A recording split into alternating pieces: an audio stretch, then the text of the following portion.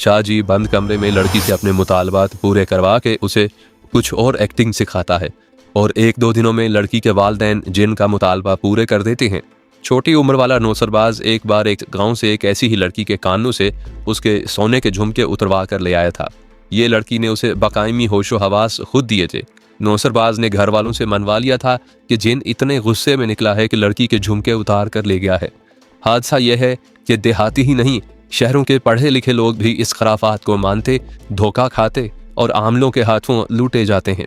मैं फिलासफर नहीं, आलिम दीन नहीं और मैं सोशियोलॉजिस्ट भी नहीं। मैंने वाज नहीं करना सीखा, ना लेक्चर देना है, ना पिंदो नसीहत करनी है। मैं वाक़यात सुना रहा हूँ, कुछ किरदार दिखा रहा हूँ। आप अपनी राय में आज़ाद हैं, जो नतीजा अखज़ करना चाहते हैं कर ले। मैं ये कहूँगा कि हमारे माशरे में आमिल, शाहजी, पीर, ज्योतिषी और नजूमी वगैरह बहुत ही ख़तरनाक मुजरिम हैं। आयशा एक पुरस्रार तसव्वुर बनकर मेरे जहन में रह गई और मेरी ज़िंदगी से उसका वजूद हमेशा के लिए निकल गया। मेरी ज़िंदगी में एक और लड़की आयशा से पहले दाखिल हो चुकी थी। उसके साथ मेरे ताल्लुकात आयशा वाले नहीं थे। वो एक बड़े ज़मींदार की बेटी थी। अपने इलाके में उसकी खासी ज़मीन थी। 5-6 एकड़ में उसका सब्जियों का बाग था, जिसमें नाशपाती, खुबानी और आलूचे के भी दरख्त थे। सब्जियों को पानी देने के लिए रहट था। उस ज़मींदार की नहरी इलाके में भी अंग्रेज़ों की दी हुई 2-3 मुरब्बे अराजी थी। उसे मैं राजा कहूँगा और उसकी बेटी का जो कुछ भी नाम था वो मुझ तक ही रहने दें। कहानी में उसका नाम मैं वाजदा बताऊँगा। राजे के ख़ानदान की रिवायत ये थी कि रुपया, पैसा और अनाज घर में जितना भी आए कम है। तालीम का एक लफ्ज़ भी घर में दाखिल ना होने पाए। ये लोग जितने अनपढ़ थे, पगड़ियों के शिमले उतने ही ऊंचे रखते थे। ये अपने आप को ऊंची ज़ात की वजह से छोटी ज़ातों को नीच समझते थे। उनके ऊंचेपन में जो नीचपन था ये उन्होंने कभी महसूस नहीं किया। मैं ज़रा छोटी ज़ात के ख़ानदान का फ़र्द था। मैंने मैट्रिक पास कर ली तो कभी कभार ये राजा साहब मुझे अपने घर बुला लिया करते और साथ हुक्म देते कि कलम दवात और कागज़ लेते आना। मैं चला जाता। ओए आ गया तू, राजा ऐसे लहजे में कहता जैसे आका अपने गुलाम को हुक्म देता है। कलम दवात और कागज़ लाया? लाया राजा जी। ख़त लिखेगा? लिख लूँगा। देखता हूँ तू किस तरह लिखता है। राजा तंजिया लहजे में कहता, तू इतना लायक कहाँ से आ गया? लिख।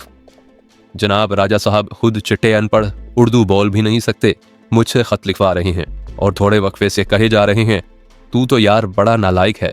और कभी कहते, मालूम होता है तूने छोले देकर 10 जमातें पास की हैं। मुझ में इतनी जुरत नहीं थी कि मैं उसे कहता, राजा जी आप तो कोरे अनपढ़ हैं। दरअसल राजे का मसला ये था कि वो ये तासुर नहीं देना चाहता था कि वो अनपढ़ है, या ये कि वो अनपढ़ ही है मगर मुझसे मारूब नहीं कि मैं मैट्रिक पास हूँ। फिर उस राजे के घर में इनकलाब आ गया। उसका बड़ा बेटा 13-14 साल का हो गया था। वो दूसरी जमात से भाग गया और उसने पढ़ने से ऐसी तौबा की कि फिर कभी स्कूल न गया। उसका छोटा बेटा 8 साल का हो गया था। उसे उसने स्कूल में दाखिल कराया ही नहीं था। सुना था कि राजे ने 2-3 बार कहा था कि तालीम हासिल करें, छोटी ज़ातों वाले जिन्होंने नौकरियां करनी हैं, हमारी औलाद अनपढ़ रही तो भी हुक्म ही चलाएगी। राजे के घर में न जाने कैसे ये इनकलाब आ गया कि उसने छोटे बेटे को स्कूल दाखिल करवा दिया। उस वक्त उसकी बड़ी बेटी की उम्र 17-18 साल थी। बाप ने बेटों को नहीं पढ़ाया था, बेटी को पढ़ाने की तो वो सोच भी नहीं सकता था। लेकिन एक रोज़ राजे ने मुझे घर बुलाकर हैरान कर दिया। आज से मैं तुम्हें एक ड्यूटी दे रहा हूँ, राजे ने कहा। वाजदा को पढ़ाना है। ये स्कूल में तो दाखिल नहीं हो सकती, इसे तुम घर पढ़ा दिया करो। तुम्हें जो वक्त ठीक लगे उसी वक्त आ जाया करो और 2-3 घंटे लड़की को पढ़ाया करो। फ़ायदा, तख्ती और कलम दवात का बंदोबस्त मैं करूँगा। राजे ने यह न कहा कि वो मुझे इस काम की उजरत देगा या नहीं। उसका अंदाज बड़े लोगों वाला था और वो मुझे हुक्म दे रहा था। मैंने घर आकर अपने वालिदैन को बताया तो वालिद साहब ने इजाज़त दे दी। उन्होंने कहा कि ये बड़े लोग हैं और ये बददिमाग भी हैं, हमने इनके साथ रहना है, तुम वैसे भी फारिग हो, वहाँ चले जाया करो। मुसलमानों की पसमानदगी और बदनसीबी का ये हाल था कि वो उस दौर में बेटियों को भी तालीम से दूर रखते थे। उनके मुकाबले में हिंदू और सिख अपनी बेटियों को भी स्कूलों में पढ़ाते थे। मैं हैरान था कि राजा अपनी बेटी को क्यों पढ़ाना चाहता है। मैं राजे से यह वजह मालूम नहीं कर सकता था। मैंने अगले रोज़ वाजदा को पढ़ाना शुरू कर दिया। उन लोगों की बहुत बड़ी हवेली थी। उसमें छोटा सा एक कमरा था जिसमें एक पलंग और 2 कुर्सियां थीं। वाजदा के बाप ने हम दोनों को उस कमरे में बिठा दिया। देख बच्चे, राजे ने कहा, तुमने उसे इस काबिल बना देना है कि यह ख़त पत्थर लिख लिया करे। हाँ राजा जी, मैंने कहा, मैं इसे इस काबिल बना दूंगा। राजा जी हमें तन्हा छोड़कर चले गए। वाजदा मेरे लिए अजनबी नहीं थी, ना मैं उसके लिए अजनबी था। उसका घर हमारे घर से दूर नहीं था। उनकी गली तंग थी, हमारी गली बहुत कुशादा थी, इसलिए ज़्यादातर बच्चे हमारी गली में आकर खेला करते थे। उनमें वाजदा भी होती थी। वो 13-14 साल की उम्र तक हमारी गली में खेलती रही थी।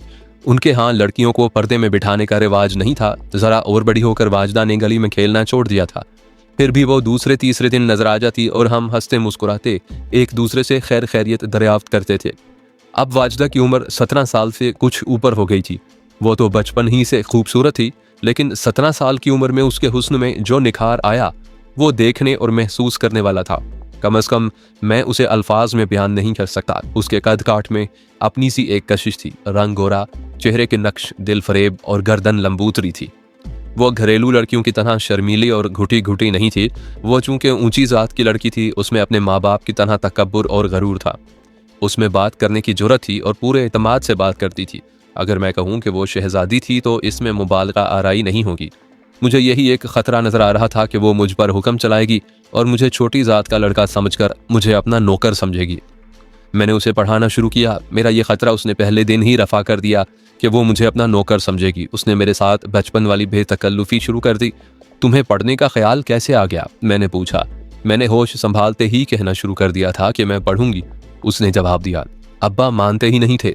मुझे पढ़ने का बहुत शौक है। अब्बा ने मुझे पढ़ने की इजाज़त इसलिए दी है कि मुझे जिस घर में दे रहे हैं उस घर में थोड़ी बहुत तालीम है और जिसके साथ मुझे बांधा जाएगा वो फौज में नाटक है। उसने 9 जमातें पढ़ी थी। सुना है फौज में उसने इतने इम्तहान पास कर लिए हैं कि उसे बड़ी जल्द अगला ओहदा मिल जाएगा। अब्बा को अब ख्याल आया है कि मुझे कुछ पढ़ लिख लेना चाहिए, नहीं तो हमें ससुराल से ताना मिलेगा कि शहर में रहते हैं, अल्लाह ने दिया भी है और बच्चों को अलिफ से बे भी नहीं पढ़ाई। तुम इतनी जल्दी तो खत पत्थर लिखने के काबिल नहीं हो सकोगी। मैंने कहा। मेरी शादी इतनी जल्दी तो हो भी नहीं रही। वाजदा ने कहा। मैं जब तक पढ़ने लिखने के काबिल नहीं हो जाऊंगी शादी नहीं करूंगी। मैंने उसकी शादी के मुतालिक उससे ज़्यादा बात न की। मैं उसके साथ ज़्यादा फ्री नहीं होना चाहता था, लेकिन चंद दिनों ही में वो मेरे साथ बहुत ही फ्री हो गई और ऐसी फ़िज़ा पैदा कर दी कि मैं उसके साथ बेतकल्लुफ़ हो गया। जहन में ये रखें कि ये बेतकल्लुफ़ी आयशा वाली नहीं थी। वाजदा की बेतकल्लुफ़ी में वक़ार और ख़ुद एतमादी थी। तुम इतने बुद्धू और भले मानस तो नहीं हो, एक रोज़ उसने मुझसे कहा, लेकिन मैं तुम्हारे साथ ज़रा खुल के बात करती हूँ तो तुम कछुए की तरह सुकड़ जाते हो। क्या तुम मुझे इस काबिल नहीं समझते कि मैं तुम्हारे साथ अपने दिल की और अपने दुख सुख की बात करूं? हाँ वाजदा, मैंने कहा। तुम ठीक कहती हो, मैं सुकड़ जाता हूँ। वजह यह है कि मैं अपने आप को अपनी जगह और अपने असली ठिकाने पर रखना चाहता हूँ। तुम्हारे ख़ानदान के मुकाबले में हम छोटे लोग हैं। तुम्हारे अब्बा मुझे अपना नौकर समझते हैं। तुम ये क्यों नहीं देखते कि मैं तुम्हें क्या समझती हूँ? उसने कहा। तुम्हारा ताल्लुक मेरे साथ है और उसने रुक रुक कर कहा, तुम मुझे बिल्कुल ही अपने लगते हो। मैं महसूस करती हूँ कि मुझे अपने दिल की हर बात तुम्हारे साथ करनी चाहिए। उसने ये बात ऐसे जज्बाती अंदाज में की थी कि मैं पिघल कर उसके सांचे में ढल गया। लड़की बहुत ही खूबसूरत थी और मैं इस हकीकत को छुपा नहीं सकता कि मुझ पर उसकी खूबसूरती का सहर तारी था, लेकिन मेरी नीयत में ज़रा सा भी फतूर नहीं था। जूं जूं दिन गुजरते जा रहे थे, वाजदा मुझे अपने करीब करती जा रही थी और इसके साथ ही मेरे दिल में उतरती जा रही थी। मैं अपने फ़र्ज़ में कोताही नहीं कर रहा था। वाजदा के बाप ने कहा था कि मैं वाजदा को उर्दू पढ़ा लिखा दूं, लेकिन मैंने उसे अंग्रेज़ी पढ़ानी भी शुरू कर दी। उस वक्त अंग्रेज़ी 5वीं जमात से शुरू होती थी। मैंने वाजदा को अलिफ बे के साथ ABCD पढ़ानी शुरू कर दी। वाजदा को पढ़ने का शौक़ था और उसका दिमाग भी अच्छा था। वो बड़ी तेज़ी से लिखना पढ़ना सीख रही थी। फिर ऐसे हुआ कि हम दोनों ऐसी मोहब्बत की जंजीर में जकड़े गए जिसका जिस्मों के साथ कोई ताल्लुक नहीं था। मैं पहले उसे 1.5 कभी 2 घंटे पढ़ाता था, अब 3 घंटे पढ़ाने लगा। हम एक दूसरे में तहलील होकर रह गए। दुनिया की होश न रही, लेकिन मैंने वाजदा की पढ़ाई में कोई कोताही न की। हमें छुप छुप कर कहीं और मिलने की ज़रूरत ही नहीं थी। हम हर रोज़ 3 घंटों के लिए कमरे में तन्हा बैठ सकते थे। हमें रोकने और टोकने वाला कोई नहीं था। हम कहीं और मिलने की ज़रूरत तब महसूस करते कि हमारी नीयतें ख़राब होती। वाजदा, एक रोज़ मैंने कहा, हम दोनों बहुत बड़ी गलती कर रहे हैं। थोड़े ही अरसे पर तुम्हारी शादी हो जाएगी। तुम अपने खामिद में गुम हो जाओगी और मैं कुड़ने और सड़ने के लिए रह जाऊंगा। मेरी शादी इतनी जल्दी नहीं होगी, वाजदा ने कहा, और मेरी शादी उस शख्स के साथ नहीं होगी जिसके लिए मुझे तैयार किया जा रहा है। उन लोगों को खुश करने के लिए मुझे पढ़ाया जा रहा है। क्या तुम्हारी कोई सुनेगा? मैंने पूछा। कोई तुम्हारी मर्जी पूछेगा? कोई ना सुने, उसने कहा। कोई ना पूछे। मैं एक बार जिद पर आ गई तो तुम भी देख लेना। क्या तुम्हारी अपनी कोई पसंद, कोई मर्जी है? मैंने पूछा। मैं हैरान हूं कि ये सवाल तुम पूछ रहे हो, उसने कहा। क्या मैं तुम्हें छोड़कर किसी और की हो सकती हूँ? मुझ पर तो जैसे सख्ता तारी हो गया हो। ये एक अटल हकीकत थी कि वो मुझे दीवाना वार चाहती थी और मैं उसकी मोहब्बत में पागल हुआ जा रहा था। लेकिन ये तो मैं सोच भी नहीं सकता था कि मैं वाजदा के साथ शादी करूंगा। ज़ातों की ऊंच नीच एक ऐसी वसी और गहरी खलीज थी जिसे अबूर करना किसी सूरत में मुमकिन नहीं था। तुम्हें चुप क्यों लग गई है? वाजदा ने पूछा। नहीं नहीं, मैंने उखड़ी हुई आवाज में कहा, मैं चुप नहीं हूँ, तुम्हारी बातें सुन रहा हूँ। वो भांप गई कि मैं घबरा और बौखला गया हूँ। तुम कुछ और ही सोच रहे हो, उसने कहा। किस सोच में गुम हो गए हो? मैंने उसे टालने की बहुत कोशिश की, बातों का रुख फेरना चाहा, लेकिन उस रोज वो फैसला करने पर आई हुई थी। मेरी बात कान खोल कर सुन लो, उसने जज्बाती अंदाज में कहा। मेरी शादी तुम्हारे साथ होगी। उसका अंदाज तो जज्बाती था, लेकिन लहजा ऐसा दो टोक कि मैं बोल न सका। उसका एक बाजू मेरी कमर में और मेरा एक हाथ उसके हाथ में था। मुझे यूं महसूस हो रहा था जैसे मैं उसके वजूद में तहलील हो गया हूँ। मैं भी नौजवान था, मुझ पर भी जज्बात का नशा तारी हो गया। फिर वही हुआ जो नौजवानी की नादान उम्र में मोहब्बत करने वाले किया करते हैं। अहदो पैमान, कभी जुदा ना होने की कस्में, घरों से भाग कर कहीं चले जाने का अज़म, एक साथ जीने एक साथ मरने के हलफ। मैं कोई ऐसा गया गुजरा और बुज़दिल तो नहीं था कि पीठ दिखा आता। एक लड़की ऐसी गैर मामूली दलेरी का मुजाहरा कर रही थी तो मैंने दिल में अहद कर लिया कि मैं उससे ज्यादा दलेर बनकर दिखाऊंगा। आज उस वक्त को याद करता हूं तो शर्मसारी अलग और पछतावा अलग होता है। कहते हैं कि बुढ़ापे में इंसान जवानी की हसीन यादों के सहारे बुढ़ापे की अजियत से महफूज रहता है। दिल फरेब तस्वुर बुढ़ापे का सरमाया होते हैं, लेकिन मेरा मामला कुछ और है। वाजदा और उसके वालिहाना प्यार से बढ़कर और हसीन याद क्या होगी? मगर ये याद जब जहन में अंगड़ाई लेती है तो मेरे बूढ़े नहीफ वजूद में भौंचाल आ जाता है। ये हसीन याद उसी तरह बड़ी ही भयानक यादों में दम तोड़ जाती है जिस तरह रात की तारीकियों को रोशन करने वाले चांद को स्याह काली घटा निगल लिया करती है। उन्हीं दिनों आयशा मेरी जिंदगी में दाखिल हुई। जी हाँ, आप मुझ पर इल्ज़ाम आयद करेंगे कि मैंने वाजदा के साथ बेवफाई की थी। मैं आपसे इतनी सी अर्ज करूंगा कि मेरी उस वक्त की उम्र देखें। नो उम्री का ज़माना था, ना तजर्बाकारी थी, जज्बात बेलगाम हो जाते थे। इस उम्र में हर एडवेंचर अच्छा लगता है। ये भी सोचिए कि मैं भला मानस होता, असूलों का पाबंद होता, तो इस सनसनी खेज कहानी का किरदार ना बनता जो मैं सुनाने लगा हूँ। कहानी एक या एक से ज्यादा इंसानों की हिमाकतों या खरमस्तियों से बना करती है। कहानी उस वक्त बनती है जब कोई आदमी फरेबकारों और झूठ बोलने वालों की महफिल में बैठकर सच बोलना शुरू कर दे। मैं अपने मुतल्लिक कोई दावा नहीं कर रहा कि मैं ये था या वो था। अलबत्ता ये दावा ज़रूर करूंगा कि मैं कहानी सुनाने के मामले में 100% सदाकत पसंद हूँ। दरोगोई और मुबालगा आराई नहीं करूंगा। आयशा की सारी बात सुना चुका हूँ। उसके साथ मेरे जो ताल्लुकात बन गए थे वो मनोवन सुना दिए हैं। उसने जिस फरेबकारी से अपने खाविन से तलाक ली थी वो भी सुना दी है। अब ये सुनाना बाकी है कि मैंने वाजदा को बेखबर रखा था कि मैं अपने नए मज़ारों के घर जाया करता हूँ। उसे ये सुनाया था कि मज़ारों की बहू पर जिन आता है और ये भी बताया कि जिन क्या कहता है। फिर मैं अपने आप पर फख्र किया करता था कि बैक वक्त 2 नौजवान लड़कियां मुझ पर मरती हैं। मैंने ये नहीं सोचा था कि इसका अंजाम क्या होगा।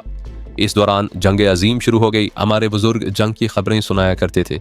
मैंने उन खबरों में कभी दिलचस्पी नहीं ली थी। जंग यूरोप में शुरू हुई थी। यूरोप के साथ कम अज़ कम मेरा तो कोई ताल्लुक नहीं था।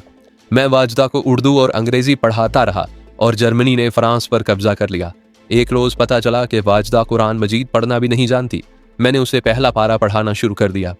एक रोज़ मैंने वाजदा को पढ़ाने के लिए कुरान मजीद सामने रखा तो वाजदा ने मेरा दायां हाथ पकड़कर कुरान मजीद पर रख दिया और मेरे हाथ पर अपना हाथ रख दिया। कसम खाओ कि तुम मेरे साथ शादी करोगे, उसने कहा। मैं घर से भागूंगी तो तुम मेरा साथ दोगे और मुझे धोखा नहीं दोगे। होश की बात करो वाजदा, मैंने अपना हाथ खींचते हुए कहा। ना मुझे गुनाहगार करो ना खुद गुनाहगार बनो। क्या तुम कुरान मजीद की कसम को खेल तमाशा समझती हो? मैंने तुम्हारे साथ वादा किया है कि तुम्हें धोखा नहीं दूंगा और पीठ भी नहीं दिखाऊंगा। मैं भी कसम खाऊंगी। हम दोनों मजबूर हैं वाजदा, मैंने कहा। हो सकता है कि हम कसम पूरी ना कर सकें। इंसान फरिश्ता नहीं, ना जिन है कि नामुमकिन को मुमकिन कर दिखाए।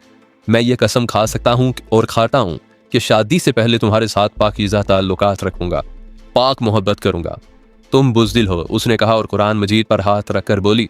जिस शख्स के साथ मेरी शादी की जा रही है मैं उसे कबूल नहीं करूंगी। अगर मुझे ज़बरदस्ती उसकी बीवी बना दिया गया तो मैं उसे दिल से खामिन नहीं मानूंगी। मैं तुम्हारे सिवा और किसी को खामिन तस्लीम नहीं करूंगी। मैं अंदर बाहर से कांप गया। मुझ पर ऐसी घबराहट तारी हो गई जैसे किसी बड़ी ही खौफनाक चीज़ ने मेरे दिल को अपने पंजों में जकड़ लिया हो। वाजदा की बरादरी का ही एक अधेड़ उम्र आदमी था जो अपनी ज़ात और बरादरी के दूसरे आदमियों की तरह शिमला ऊंचा और गर्दन अकड़ा कर रखता और दूसरी ज़ातों के लोगों के साथ इस तरह तकब्बुर और गरूर से बोला करता था जैसे वो उसके गुलाम हों। उसे जोड़ों में दर्द शुरू हुआ जो इलाज के बावजूद बढ़ता गया और 3 महीनों के बाद उसका ये हाल हो गया कि उसके हाथ मुड़ गए, उंगलियां हथेलियों की तरफ मुड़ गईं, टांगें आधी दोहरी हो गईं। ये घुटनों की वजह से हुई थी। मुझे आज तक याद है कि मैंने उसे इस पोजीशन में सिरकते देखा जिस तरह आदमी उकड़ू बैठता है। उसका रंग स्याह और अजीब तरह से फीका हो गया था। उसने ये कहना शुरू कर दिया था, कभी कुरान मजीद की कसम ना खाना, या अल्लाह मुझे बख्श दे, मैंने कसम तोड़ दी थी। ये तो मशहूर हो गया कि उसने कुरान मजीद की कसम खाकर तोड़ी, लेकिन ये पता ना चल सका कि उसने क्या कसम खाई थी। उसकी रौनक खत्म हो गई और हमने उसे गली में वलीज कीड़े की तरह रींगते देखा। 1 साल के बाद वो मर गया। अब वाजदा ने कुरान मजीद पर हाथ रखकर कसम खा ली तो मेरा दिल बैठने लगा और मैं महसूस करने लगा जैसे मुझ पर गशी तारी हो जाएगी। यहाँ मैं एक बात कहूँगा, ये तो एक वाक़या है जिसका मैं ऐनी शाहिद हूँ। एक शख्स ने कुरान मजीद की कसम खाकर तोड़ी और वो किसी अजियत में मुब्तला होकर कैसी बुरी मौत मरा। ऐसे 3-4 और वाक़यात भी सुने थे। ये एक अकीदा था कि जिसने कुरान मजीद की कसम खाकर तोड़ी वो लोगों के सामने बड़े ही भयानक और इबरतनाक अंजाम को पहुंचा।